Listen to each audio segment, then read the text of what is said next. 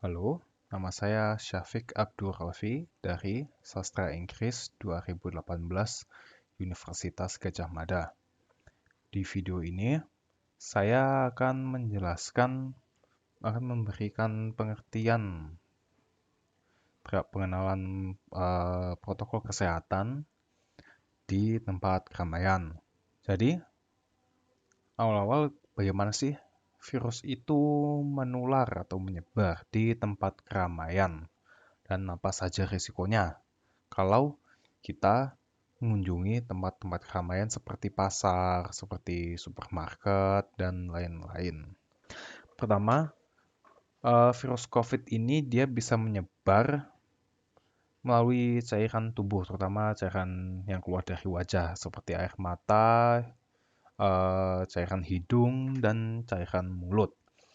Mungkin saja pas kita di tempat keramaian itu, ada orang yang sudah terpapar dan mungkin dia bersin atau meludah, terus cairan itu menempel ke permukaan benda. Nah, mungkin kita tidak sadar kan kalau tempat keramaian itu kan kita susah ya mengatur jarak.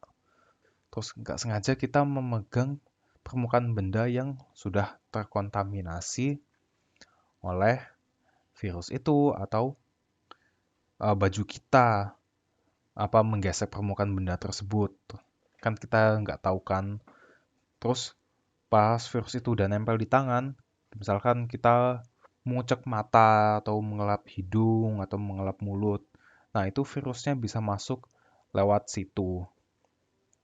Jadi, ketika kita mengunjungi tempat keramaian seperti pasar, toko swalayan, dan lain-lain itu apa yang harus diperhatikan?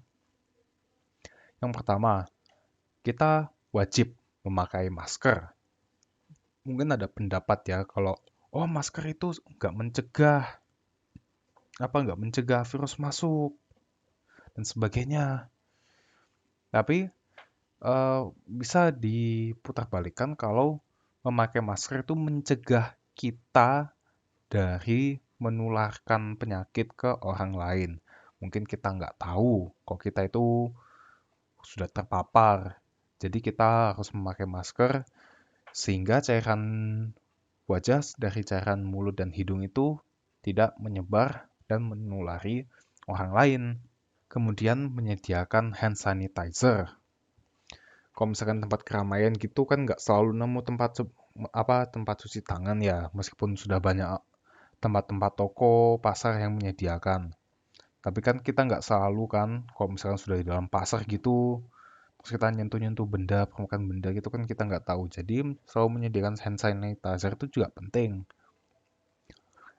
Jadi setelah kita memegang sesuatu, memegang benda itu kita teteskan hand sanitizer di tangan dan diusap. Kemudian jauhi atau mencegah dari bertatapan langsung dengan orang lain. Misalkan kita lagi di restoran atau sedang duduk. Ketika kita bertatapan langsung dengan orang lain, misalkan bersin atau ketika berbicara kan kita nggak tahu kalau apa ludah cairan dari mulut itu terbang itu ibaratnya. Terus kan apa masker-masker itu kadang ada yang pore-porenya longgar gitu, itu masih ada resiko terpaparnya. Makanya itu lebih baik tidak bertatapan langsung dengan orang lain. Kemudian kan pemerintah sudah menetapkan peraturan protokol kesehatan.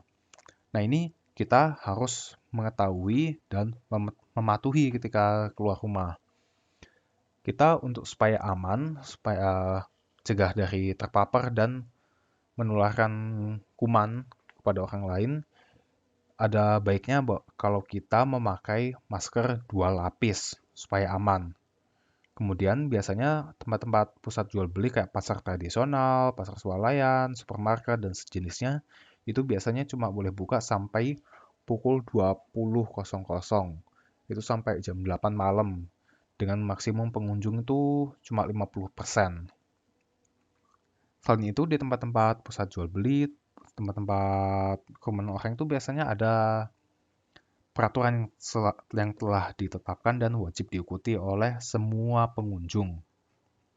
Kita wajib memakai masker. Terus ada anjuran untuk selalu membawa hand sanitizer kalau tidak ketemu tempat cuci tangan. Mengapa kita kok harus cuci tangan, harus pakai face shield, harus pakai masker? Karena virus dapat menempel di tangan dan masuk ke tubuh ketika kita misalkan sedang mengucek mata, mengelap hidung atau mulut. Karena itu penting agar kita untuk selalu mencuci tangan dan ketika sedang di tempat keramaian untuk menghindari menyentuh wajah. Terus tempat-tempat apa yang lebih baik kita hindari dari datang secara langsung? Kalau memungkinkan, lebih baik masyarakat kita menghindari tempat-tempat rawan keramaian seperti pasar swalayan dan supermarket. Karena tempat-tempat keramaian seperti yang saya sebutkan tadi dapat meningkatkan resiko terpapar dengan virus COVID. Terus gimana dong kalau kita nggak bisa ke pasar? Kita nggak bisa beli kebutuhan sehari-hari dong. Nah, kita bisa memanfaatkan jasa antar jemput online kayak Gojek, kayak Grab, dan sebagainya. Dengan memanfaatkan jasa ojek online ini, kita dapat mengirim dan mengantarkan barang dengan pakai HP saja. Selain itu, kita dapat membeli kebutuhan sehari-hari tanpa langsung membelinya ke toko atau pasar. Dengan begitu, kita tidak perlu mengunjungi tempat-tempat keramaian sehingga mengurangi resiko terpapar dengan virus COVID.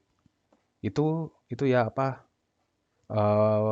pengenalan protokol kesehatan dan mengapa kita harus mematuhi peraturan prokes protokol kesehatan yang telah ditetapkan oleh pemerintah. Saya harap video ini bermanfaat dan masyarakat untuk selalu menjaga kesehatan badan dan selalu mematuhi protokol kesehatan yang telah ditetapkan. Terima kasih banyak dan sampai jumpa.